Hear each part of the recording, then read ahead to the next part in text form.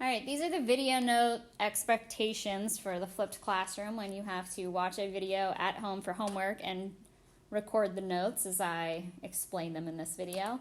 Make sure you're watching the whole video and listening to the entire video. Don't just watch the beginning, then fast forward to the end. Also, don't just watch it and not listen to it. Think about if I'm teaching in class and I'm just writing everything on the board without even speaking a word. It's a lot harder to understand the content when you don't have the explanation behind it. So make sure you're listening as well.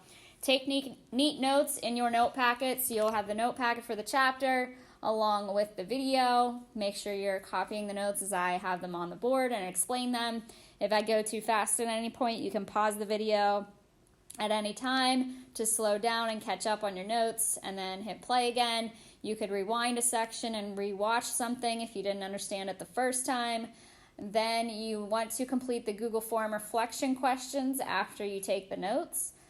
Be prepared to engage in a fun, interactive learning activity in the classroom the next day. That is the whole purpose for the flipped classroom this year, so you can get the notes done ahead of time so that we can spend all class period practicing problems, engaging in those fun activities. Also, I don't expect you to 100% understand the lesson just from watching the video alone. You have the opportunity to ask questions the next day about anything you don't understand. So you can always jot a note down in your notes of the question so you don't forget it for the next day. So let's jump right into Chapter 1, Lesson 1. This whole chapter is on equations and inequalities. Most of this first chapter is a lot of review from Algebra 1, so you might think this first chapter is pretty easy, but I'll try to give you some challenging questions. So we're going to be talking about equations everywhere.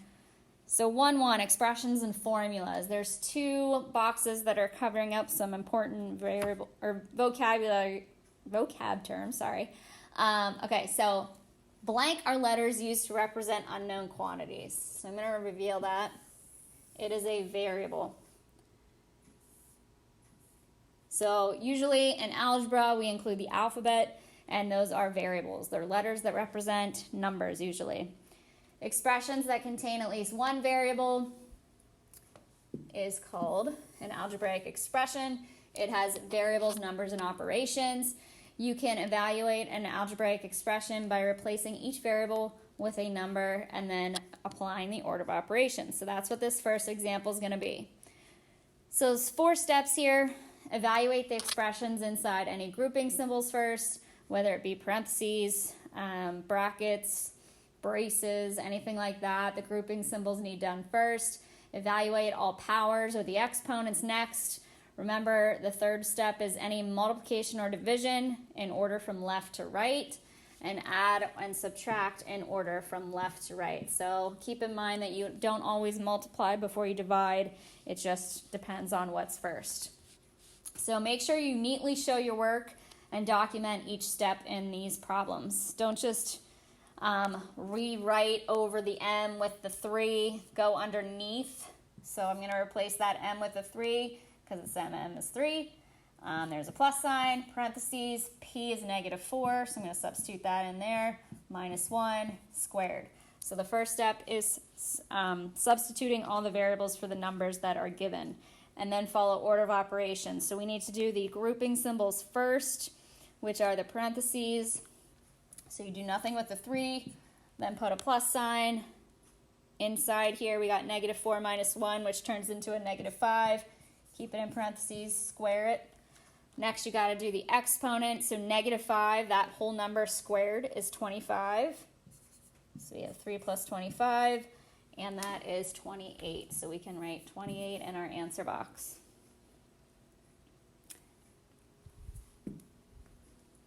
All right, example 2, same thing. Evaluate this expression when A is 5 and B is -3.2. So first, replace the variables with the numbers. So 5 plus B, put the -3.2 in parentheses, square it. Another parentheses, -3.2 minus the 5 for the A. We have to do the exponent first, which means -3.2 squared. This part right here turns into 10.24. If if you didn't know that off the top of your head, you could always use the Chromebook calculator. And I can also do what's in parentheses over here, negative 3.2 minus 5 is negative 8.2. Next up, you should multiply these two parentheses together. So this turns into 5 plus a negative 83.968. And if you add those together, you're going to get negative 78.968 as your final answer. So don't jump ahead, don't skip a line or anything. All right, example 2, letter B. So keep your answer as a reduced fraction for this one. So we got x, and x is negative 3, so I'm going to put that in parentheses, raise it up to the 4th power, minus 3. W is 4, y is negative 5. A big long fraction bar. Y, again, is negative 5. Surround it in parentheses, raise it to the 3rd, plus 2 times the 4.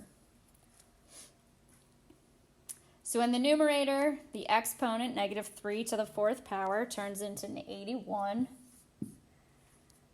I can do the multiplication of a 3 times the 4 times the negative 5, which is a negative 60, but since it was subtract negative 60, it's going to change into plus 60. Negative 5 to the 3rd power is negative 125 plus 8. And from here you can do the numerator, add those two numbers, you get a 141, and negative 125 plus 8 gives you negative 117.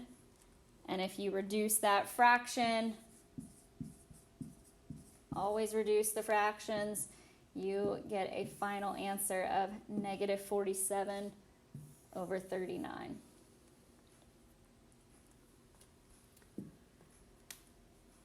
All right, these you try questions. There's 4 problems on here. You can try all 4 on your own and put the answers in the boxes.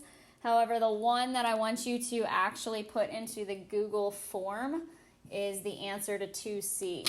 So you can show your work there, but it'll say submit the answer only to the You Try problem. So 2C's answer is what you need to put in there. We will check the other ones tomorrow in class. All right, and lastly, we have formulas. So formulas are very useful in mathematics. This one about the tornado is a volume question.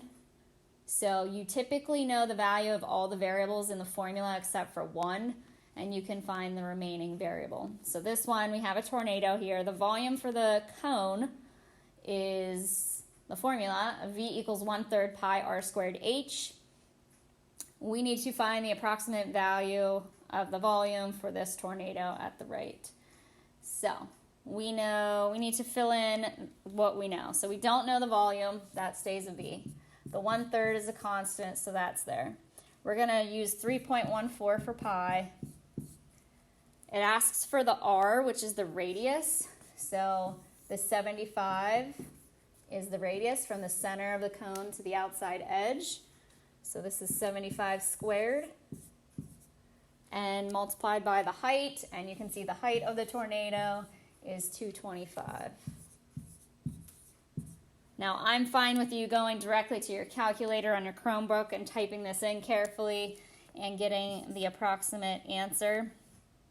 I'm going to use squiggly equal sign for approximate, and this is what you get. Now the units on this is meters cubed for volume. So make sure you don't forget the unit.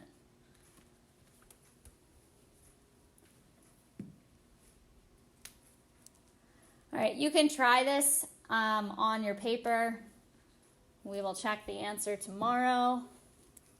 And then if you want to try this guess and check question to figure out what operation is hidden by that blot to get an answer of 4, again, we will check that question tomorrow in class. And then we'll be doing a murder mystery investigation with algebraic expressions tomorrow.